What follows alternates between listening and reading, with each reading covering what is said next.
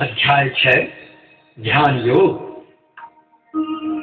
श्री भगवानुवाच अनाश्रितः कर्मफलं कार्यं कर्म करोति यः स सन्न्यासी च योगी च न निरग्निर्न च अक्रियः।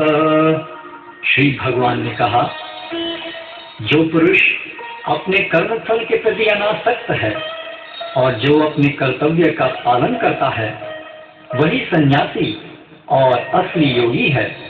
वह नहीं जो न तो अग्नि जलाता है और न कर्म करता है। यं संन्यासमिति प्राहुर्योगं तं विद्धि पांडव न ह्यसन्न्यस्त संकल्पो योगी भवति कश्चन।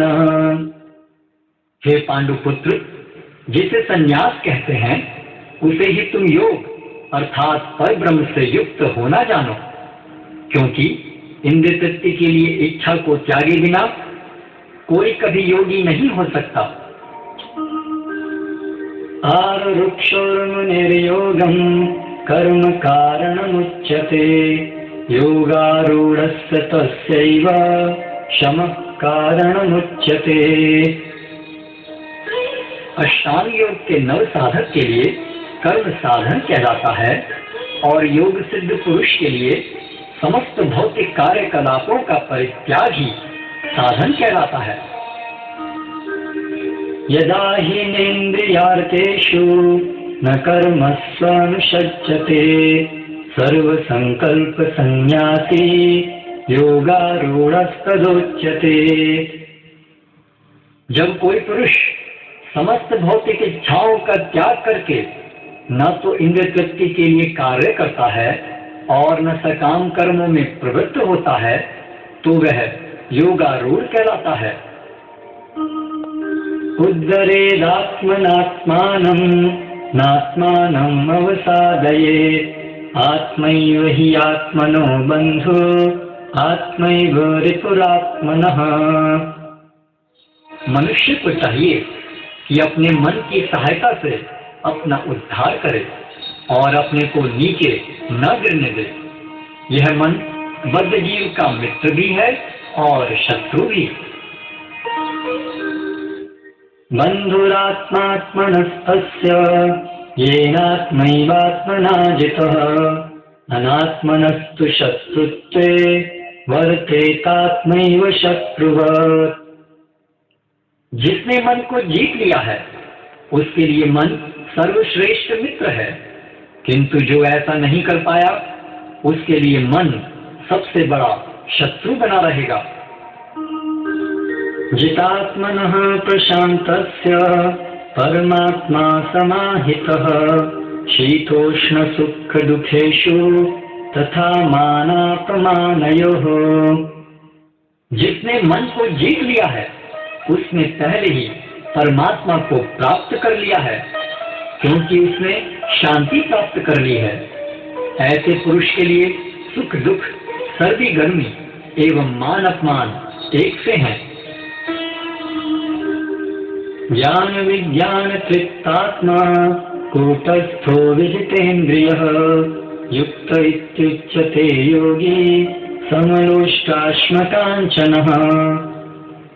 वह व्यक्ति आत्म साक्षात्कार को प्राप्त तथा योगी कहलाता है, जो अपने अर्जित ज्ञान तथा अनुभूति से पूर्णतया संतुष्ट रहता है।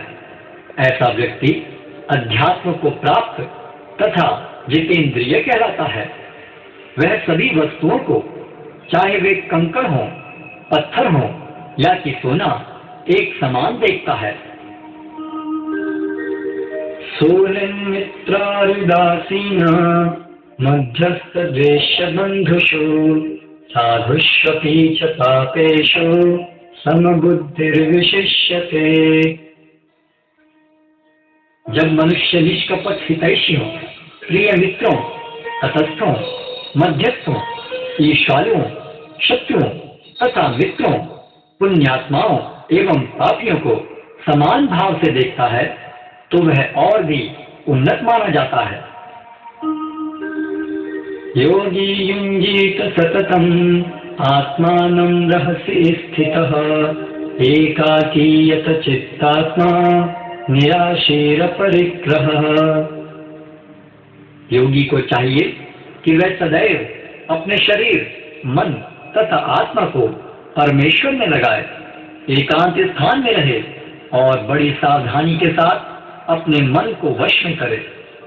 उसे समस्त आकांक्षाओं तथा संग्रह भाव की इच्छाओं से मुक्त होना चाहिए। शुचौ देशे प्रतिष्ठाप्य स्थिरम् आसनमात्मनः नात्युच्छ्रितं नातिनीचं चैलाजिनकुशोत्तरम् तत्रैकाग्रं मनः कृत्वा यत् चित्तेन्द्रियैक्रियः उपविश्यासने युञ्ज्यात् योगमात्मविशुद्धये।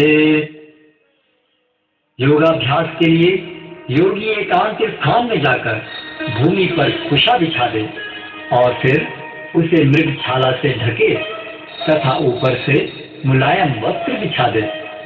आसन न तो बहुत ऊंचा हो न बहुत नीचा, यह पवित्र स्थान में स्थित हो। योगी को चाहिए कि इस पर दृढ़ता पूर्वक बैठ जाए और मन, इंद्रियों तथा कर्मों को वश में करते हुए तथा मन को एक बिंदु पर स्थिर करके हृदय को शुद्ध करने के लिए योगाभ्यास करे।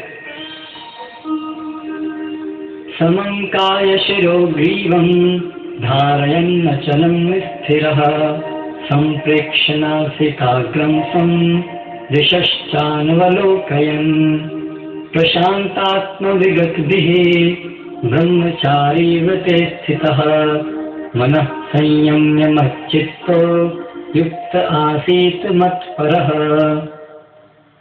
योगाभ्यास करने वाले को चाहिए कि वह अपने शरीर, गर्दन तथा सिर को सीधा रखे और नाक के अगले सिरे पर दृष्टि लगाए।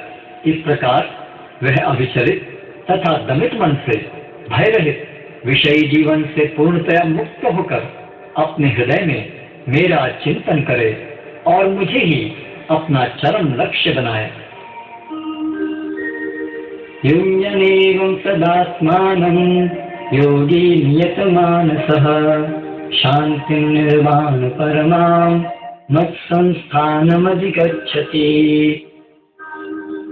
इस प्रकार शरीर, मन तथा कर्म में निरंतर संयम का अभ्यास करते हुए संयमित मन वाले योगी को इस भौतिक अस्तित्व की समाप्ति पर भगवत धाम की प्राप्ति होती है। नात्यश्नतस्तु योगोऽस्ति न चैकान्तमनश्नतः न चाति स्वप्नशीलस्य जागतो नैव चार्जुन। हे अर्जुन, जो अधिक खाता है या बहुत कम खाता है, जो अधिक सोता है अथवा जो पर्याप्त नहीं सोता, उसके योगी बनने की कोई संभावना नहीं है। युक्ताहार विहारस्य युक्त चेष्टस्य कर्मसु युक्त स्वप्नावबोधस्य योगो भवति दुःखः। जो खाने, सोने, आमोद प्रमोद तथा काम करने की आदतों में नियमित रहता है, वह योगाभ्यास द्वारा समस्त भौतिक क्लेशों को नष्ट कर सकता है।